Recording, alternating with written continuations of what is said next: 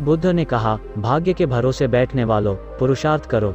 जीवन में भूभाग्य का महत्व है, लेकिन भाग्य के भरोसे बैठकर अपने अमूल्य समय को बर्बाद मत करो, क्योंकि पुरुषार्थ करने से तो भाग्य की रेखाएं बदल जाती हैं। भाग्य क्या है?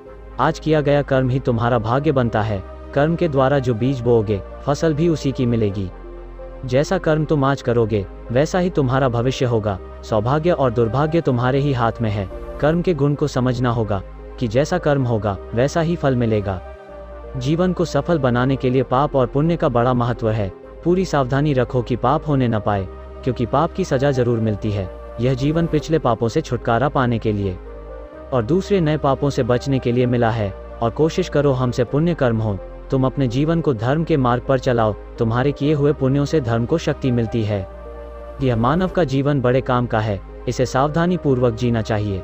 अगर तुम गलतियां करोगे तो आगे चलकर पशु पक्षियों वाले कपड़े पहनने पड़ेंगे। संसार के नश्वर पदार्थों की इच्छा मत करना, क्योंकि इच्छा का फल बहुत दुख देता है। अच्छे अच्छे कर्म करो।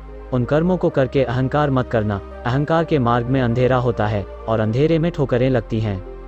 संसार दुखों से भरा हुआ है।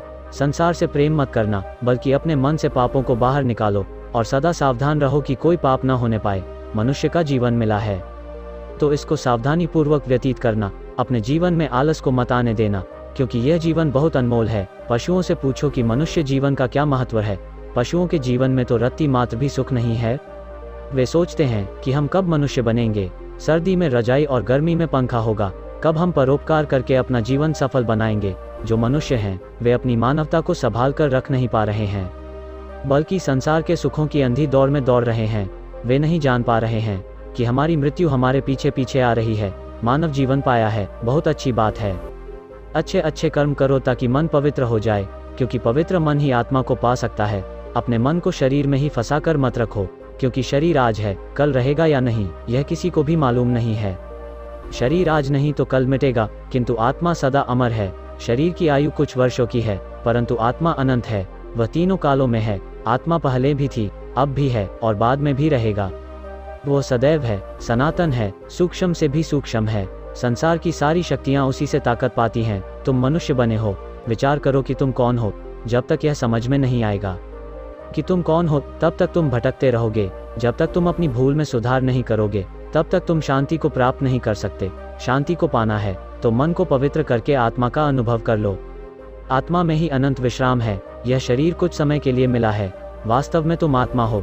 तुम्हारा शरीर जिससे शक्ति पा रहा है, वह आत्मा ही है, और वही आत्मा तुम्हारे शरीर में मौजूद है। आत्मा को जानना, आत्मा को समझना, आत्मा को पाना, आत्मा का अनुभव करना और आत्मा का साक्षात्कार करना, यह सब मनुष्य शरीर के द्वारा ही संभव है। बस तुम सावधान हो जाओ कि मन में कोई गलत विचार आने न पाए। पहले मन में गलत विचार आता है, फिर वो विचार बलवान होने पर गलत कर्म करवा देता है। गलत कर्म का मतलब है पाप का जन्म हो जाना।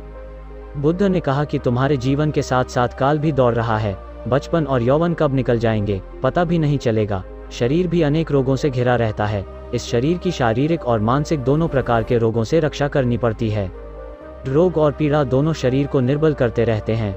रोगी और पीड़ा दोनों को ज्ञान अच्छा नहीं लगता। जिनका तन और मन स्वस्थ नहीं होता, वे सत्य का लाभ नहीं उठा पाते। मनुष्य को चाहिए कि वो अपनी आयु रूपी दौलत का पूरा पूरा लाभ उठाए। अगर मनुष्य चाहे तो अपने जीवन में अच्छे अच्छे कर्म करके श्रेष्ठ प्रगति कर सकता है। जीवन में संयम को धारण करें। व्यर्थ की कामनाओं का त्याग करें। ज्ञान का दीपक जलाकर कामनाओं का विसर्जन करें। क्रोध को आग समझकर उससे सदा दूर रहना चाहिए। सदा ज्ञान गंगा का साथ करो, क्योंकि शुभ विचार ही समस्त समस्याओं का समाधान है।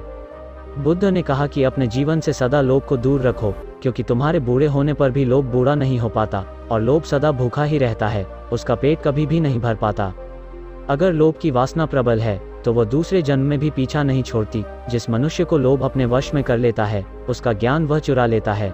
लोभ को शांत करना है तो संतोष की शरण में जाना होगा। मोह के आकर्षण में मत आना, क्योंकि मोह से तुम्हारा मन बंध जाएगा, और बंधा हुआ मन तुमको बहुत दुख देगा। मन के दुख का कारण है। मन में अगर अज्ञान है तो दुखों से कभी भी छुटकारा नहीं हो सकेगा। बस एक ज्ञान ही है जो तुमको परम शांति और मोक्ष दे सकता है। तुम अपने तन और मन में प्रेम तथा ज्ञान की ज्योति जला लो, फिर तुम्हारे जन्म जमांतर का अज्ञान मिट जाएगा। आज तुम मनुष्य जन्म को धारण करके बैठे हो। इसका मतलब यह है कि तुम शांति और मोक्ष के अति निकट हो। अब तुम संसार में रहकर भी संसार के लगाव में मत फंसना, संसार के अज्ञान से दूर रहना, क्योंकि वह तुमको बांध देगा। अपनी आत्मा का ध्यान करो, वह तुमको सर्व बंधनों से मुक्त कर देगा।